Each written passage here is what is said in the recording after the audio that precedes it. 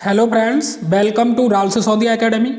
ये वीडियो अलग है एवं ये वीडियो बहुत ही खास वीडियो है। इस वीडियो में हम आपको बताएंगे, यदि आप बिहार शिक्षक भर्ती का एग्जाम देने जा रहे हैं, चाहे आपका 1 to 5 का हो, चाहे 6 to 8 का हो, चाहे 9th और 10th वर्ग का हो, चाहे वो 11th और 12th का हो, आपको तुक्का कैसे लगाना है। क्योंकि इस एग्जाम में आपको पता है नेगेटिव मार्किंग है नहीं है, तो इसमें जो आपका तुक्का विधि है वो बहुत ही अधिक इम्पोर्टेंट है, बहुत ही ज़्यादा काम में आने वाली विधि है। और प्रत्येक स्टूडेंट को, जो स्टूडेंट तैयारी करके जाते हैं, उन्हें भी इसकी काफ़ी अधिक ज़रूरत पड़ती है। इसे हम तुक्का विधि नहीं बोलेंगे, इसे बोलेंगे साइंटिफिक मेथड। कॉमन सेंस एवं प्रेजेंस ऑफ माइंड के आधार पर किस प्रकार से हम क्वेश्चन को अटेम्प्ट करें। यहाँ पर हम क्वेश्चन अटेम्प्ट करने का तरीका बताएंगे आपको। आप टाइम मैनेजमेंट किस प्रकार से करें, टाइम के भीतर आप किस प्रकार से OMR शीट भरें, सबसे बढ़िया OMR शीट भरने का क्या सीक्वेंस है, इन सभी सवालों के जवाब आपको इस वीडियो में मिलेंगे। ये वीडियो आपके लिए बहुत ही खास होने वाला है, इसलिए आप इस वीडियो को अंत तक देखें। चलिए एक एक करके हम सभी बातों का यहाँ पर जिक्र करते हैं आपके लिए। पहले आप इन सभी पॉइंटों का ध्यान रखते हैं जो हम आपको यहाँ पे बताएंगे। एग्जाम हॉल में आप आसानी से, जो क्वेश्चन आपको आ भी नहीं रहे हैं, फिर भी आप कॉमन सेंस एवं साइंटिफिक मेथड से उन क्वेश्चनों को हल कर ले जाएंगे। आप अधिक से अधिक क्वेश्चनों को अटेम्प्ट कर सकेंगे। चलिए एक एक करके हम इन सभी बातों को आपको बताते हैं। पहली बात, OMR शीट में उत्तर कैसे दें। देखिए, आपका जो एग्जाम है वो 3 पोर्शन में बटा आता है। अगर 1 to 5 को छोड़ दें तो अगर 6 to 8 की बात करेंगे, चाहे 9th और 10th, 11th और 12th, इसमें आपका लैंग्वेज, GS और सब्जेक्ट स्पेसिफिक के क्वेश्चन आते हैं। लैंग्वेज आपके 30 क्वेश्चन रहेंगे, GS के आपके 40 क्वेश्चन रहेंगे, और जो विशेष सब्जेक्ट होगा जिससे आपने आवेदन किया है उसके 80 क्वेश्चन रहेंगे। 1 to 5 की बात करें तो लैंग्वेज के आपके 30 क्वेश्चन रहेंगे, और जो GS ही जिसे बोल दिया जा रहा है उसके 120 क्वेश्चन होंगे। ये अंतर होता है 1 to 5 में और जो अदर आपके वर्ग है उनमें।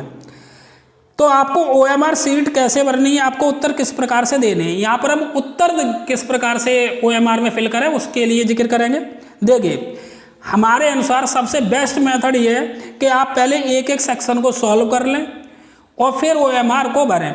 ना तो ऐसा करें कि आपने एक क्वेश्चन कर लिया, आप उसका आंसर फिल कर रहे हैं, फिर दूसरा क्वेश्चन कर लिया, फिर आंसर फिल कर रहे हैं। इससे टाइम ज़्यादा वेस्ट होता है। आप ये मेथड ना अपनाएं, और ना ही ये मेथड अपनाएं कि सभी क्वेश्चन कर लें फिर बाद में OMR भर रहे हैं। उससे दिक्कत ये होती है कि कभी कभार टाइम हो जाता है, आप आंसर देने से चूक जाते हैं। इन दोनों मेथड को ना अपनाएं, हम आपको यहाँ पर बेस्ट मेथड बताते हैं। आपको करना क्या है, आपको सबसे पहले लैंग्वेज, अगर आपने सॉल्व कर लिया सेक्शन, लैंग्वेज के आंसर यहाँ पर OMR में फिल कर लीजिए। उसके बाद में GS के आपने 40 क्वेश्चन किए, GS के 40 क्वेश्चन OMR में सब फिल कर लीजिए।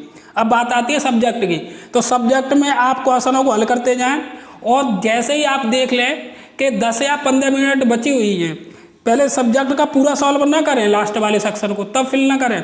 पहले आप देख लें, जैसे ही 10 या 15 मिनट बची हुई हैं, आपने जितने भी सब्जेक्ट के क्वेश्चन कर लिए हैं उन सभी को पहले OMR में फिल कर लें। उसके बाद में तीसरे वाले सेक्शन में जो भी क्वेश्चन रह गए उन्हें हल करें। और एक बात का विशेष ध्यान रखें, सबसे पहले आप उन क्वेश्चनों को हल करें जिन्हें आप आसानी से कर ले जा रहे हैं, जिनमें टाइम ज़्यादा वेस्ट नहीं हो रहा है, बेशक नेगेटिव मार्किंग है या नहीं है। आप उन क्वेश्चनों में उलझे न रहें जो क्वेश्चन आपका टाइम वेस्ट कर रहे हैं। ऐसे क्वेश्चनों को आप अंत में ट्राई करें, उन्हें आप पहले से लेकर न बैठ जाएं जिससे कि आपका वो टाइम वेस्ट कर दें। चलिए अब बात करते हैं। यहाँ पर आपको पता ही है, जो BPSC है वो 5 ऑप्शन देता है, इसमें ऑप्शन D व E का चयन कब करें, ये बहुत ही इंपॉर्टेंट बात है। क्योंकि ये 5 ऑप्शन का जो एक माइंड सेट होता है स्टूडेंट को, ये बहुत ज़्यादा परेशान करता है एग्जाम हॉल में। तो हम आपको बता दे रहे हैं। देखिए, कुछ क्वेश्चन ऐसे होते हैं जो फिक्स होते हैं, जैसे किसी की वर्ष पूछी गई है तो वहाँ एक ही ऑप्शन होगा, बट D और E का तो कोई मतलब ही नहीं है। E हो सकता है कि इनमें से कोई ना हो। दूसरी बात, और जैसे किसी की खोज हुई तो किस सन में हुई, तो इस प्रकार के जो क्वेश्चन होते हैं फिक्स होते हैं, तो उनमें एक ही ऑप्शन होगा, तो वहाँ D ऑप्शन का तो सवाल ही नहीं बनता है। E ऑप्शन आपकी नॉलेज होनी चाहिए कि इनमें से कोई नहीं है, तभी आपको E ऑप्शन करना है।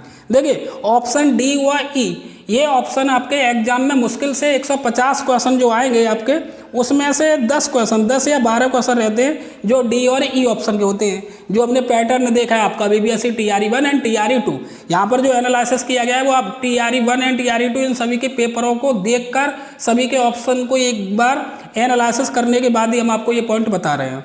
चलिए तीसरी बात देखते हैं, यहाँ आंसर मिलते ही तुरंत टिक न करें। इसमें ही आएगा अभी ऑप्शन डी का चयन आपका कब करना है। आंसर मिलते ही तुरंत टिक न करें, सभी ऑप्शन को एक बार देख लें। जिस क्वेश्चन का आपको पता है कि एक ही आंसर हो सकता है, जैसे हमने बताया आपका सन वाले क्वेश्चन है तो उनका एक ही आंसर होगा कि किस सन में बात हुई, तो वहाँ तो डी ऑप्शन या एक से अधिक ऑप्शन की जरूरत ही नहीं है। लेकिन फिर भी हम आपको कहेंगे किसी भी क्वेश्चन को आप डायरेक्ट, जैसे होता क्या है जिसमें एक से अधिक ऑप्शन सही होते हैं वहाँ पहला ऑप्शन खास करके ये ऑप्शन को ही वो रख देता है आंसर, तो स्टूडेंट तुरंत उसे आंसर मिला, पहला ऑप्शन टिक किया, आगे बढ़ गया, उसने पूरे ऑप्शन नहीं देखे। तो ये नहीं करना है आपको, क्योंकि यहाँ पर आपका ऑप्शन डी होने की प्रबल संभावना है। तो आपको क्या करना है, आंसर मिलते ही, ये मैथ में और साइंस में खास करके होता है, वहाँ पर जो ऑप्शन होते हैं वो एक से अधिक होंगे, तो वहाँ पर आपका शुरुआत में ही वो आंसर दे देगा, जिससे कि आप अदर ऑप्शन को ना देख पाओ। तो आपको करना क्या है, आपको सबसे पहले जो आंसर मिल गया उसे देखने के बाद अदर ऑप्शन जो भी हैं आपके ए बी सी डी और ई, तो आपने को ए आंसर मिल गया तो आपको B C D E option भी एक बार देख लेने हैं कि इनमें भी कोई आंसर तो नहीं है, एक से अधिक ऑप्शन हो सकते हैं यहाँ पर, तो आपको सभी ऑप्शनों का चयन करना है। अच्छा, अगली बात देखते हैं, एलिमिनेशन मेथड कैसे अप्लाई करें।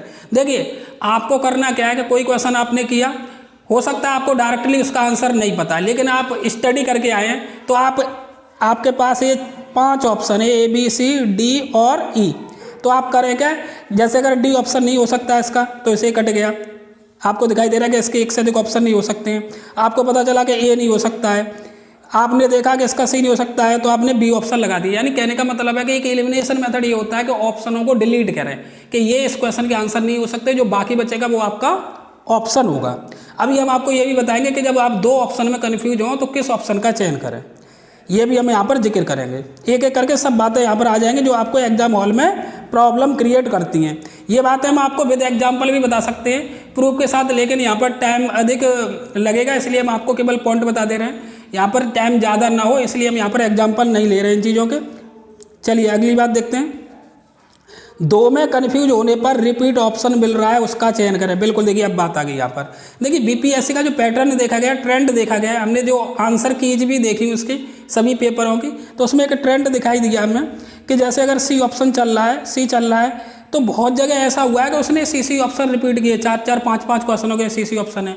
एक पेपर तो ऐसा था जिसमें 10-12 क्वेश्चन के लगातार सी ऑप्शन दिए थे, एक स्पेसिफिक सी की बात नहीं हो रही है, बी के भी सिक्वेंस बना रहा है। यानी कहने का मतलब है वो ऑप्शन का रिपीटेशन भी करता है बीच बीच में, सब पूरे पेपर में नहीं करेगा, रिपीटेशन बीच बीच में 4-4 5-5 के जोड़े इसमें चलते हैं। तो आप करें क्या कि जैसे आपने एलिमिनेट कर ली और 2 ऑप्शन में आप कन्फ्यूज हो, जैसे बी हो या इसका सी हो, और ये मान के चलिए क्वेश्चन नंबर 25 है और आपके क्वेश्चन नंबर 24 या क्वेश्चन नंबर 23, इससे ऊपर वाला जस्ट इसके ऊपर वाले को देखें, ये हमने पैटर्न देखा है। अगर इसका आंसर आपका बी है 24 वाले का और आप 25 में आप कन्फ्यूज हो कि बी हो या सी हो, तो आप बी ऑप्शन को टिक करें, सी को ऑप्शन को टिक न करें। 90% ये ऑप्शन सही होने की प्रबल संभावना है, जो बीपीएससी का पैटर्न हमने देखा है। कहने का मतलब है जो ऊपर जो क्वेश्चन किए उनके आंसर, लेकिन ये एक बात और है, इसका आंसर ये सही पता होना चाहिए, सही भी है भी कि नहीं। पता चले कि आपने 24 ही गलत किया, उसके बेस पर लगा रहे हैं ऊपर के आंसर, यानी ये पैटर्न बनाता है, एक बी के 3-3 4-4 क्वेश्चन रिपीट कर देगा। तो आप कन्फ्यूज हैं 2 ऑप्शन में, तो ऊपर वाले का आंसर देखें कि आपने क्या दिया, अगर वो आपने सही दिया तो उसी के बेस पर लगाएं, तो आपके क्वेश्चन सही होने की प्रबल संभावना है। चलिए आगे और क्या बात है यहाँ पर, अगली बात देखें, इंग्लिश हिंदी ऑप्शन में इंग्लिश ऑप्शन का चयन करें, ज़्यादातर सही होता है। बिल्कुल, यहाँ पर देखिए अगर आपके 3 ऑप्शन दिए, जैसे कि पिछली बीपीएससी में देखा गया था आपका TRE 2 में कि 3 ऑप्शन दे दिए उसने हिंदी में, हिंदी वर्जन में दिए, और 1 ऑप्शन दे दिया इंग्लिश वर्जन में।